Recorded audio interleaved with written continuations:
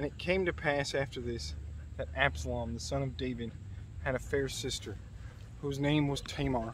And Amnon, the son of David, loved her. And Amnon was so vexed that he fell sick for his sister Tamar, for she was a virgin. And Amnon thought it hard for him to do anything to her. But Amnon had a friend, whose name was Jonadab, the son of Shimei, David's brother.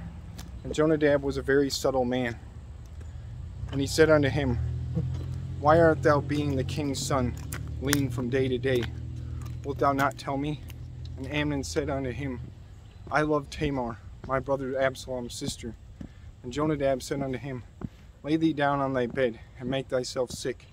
And when thy father cometh to see thee, say unto him, I pray thee, let my sister Tamar come, and give me meat, and dress the meat in my sight, that I may see it, and eat it at her hand. So Amnon lay down, and made himself sick. And when the king was come to see him, Amnon said unto the king, I pray thee, let Tamar my sister come, and make me a couple of cakes in my sight, that I may eat at her hand. And David sent home to Tamar, saying, Go now to thy brother Amnon's house, and dress him meat. And so Tamar went to her brother Amnon's house, and he was laid down, and she took flour, and kneaded it, and made cakes in his sight, and did bake the cakes. And she took a pan, and poured them out before him. But he refused to eat. And Amnon said, Have out all men from me. And they went out every man from him.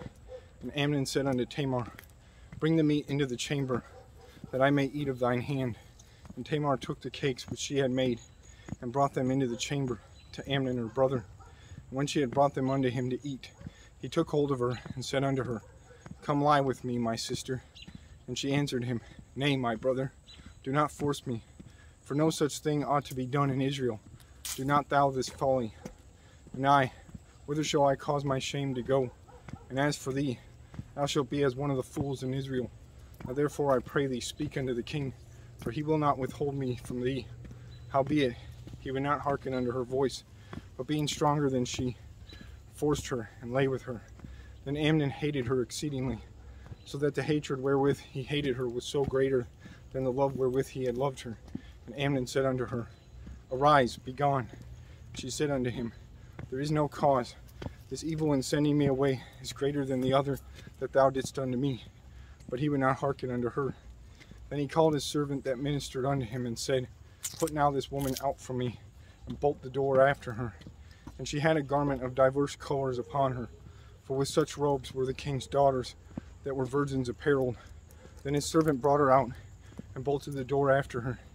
And Tamar put ashes on her head, and rent the garment of divers colors that was on her, and laid her hand on her head, and went on crying.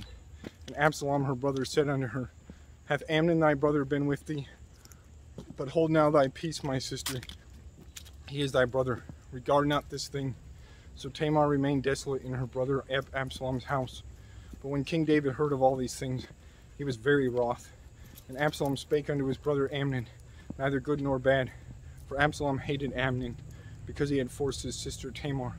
And it came to pass after 2 full years, that Absalom had sheep shearers in Baal Hazor, which is beside Ephraim. And Absalom invited all the king's sons. And Absalom came to the king, and said, Behold now, thy servant hath sheep shearers. Let the king, I beseech thee, and his servants go with thy servant.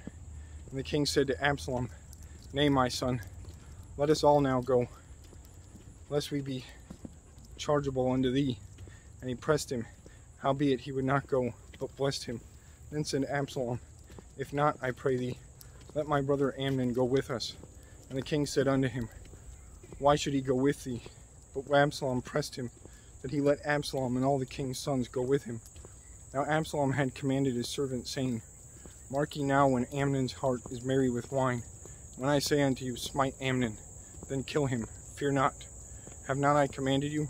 Be courageous, and be valiant. And the servants of Absalom did unto Amnon as Absalom had commanded. Then all the king's sons arose, and every man gat him up upon his mule, and fled.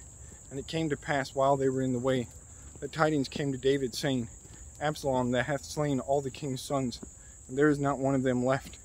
Then the king arose, and tore his garments, and lay on the earth. And all his servants stood by with their clothes rent. And Jonadab, the son of Shimeath, David's brother, answered and said, Let not my lord suppose that they have slain all the young men, the king's sons, for Amnon only is dead. For by appointment of Absalom, this hath been determined from the day that he forced his sister Tamar. And therefore let not my lord the king take this thing to his heart, to think that all the king's sons are dead, for Amnon only is dead. But Absalom fled, and the young man that kept watch lifted up his eyes, and looked, and behold, there came much people by the way of the hillside behind him. And Jonadab said unto the king, Behold, the king's sons come. As thy servant said, so it is. And it came to pass, as soon as he had made an end of speaking, that behold, the king's son came, and lifted up their voice, and wept. And the king also and all his servants wept very sore. But Absalom fled, and went to Talmai, the son of Ammihud, king of Geshur. And David mourned for his son every day. So Absalom fled, and went to Geshur, and was there 3 years. And the soul of King David longed to go forth unto Absalom, for he was comforted concerning Amnon, seeing he was dead.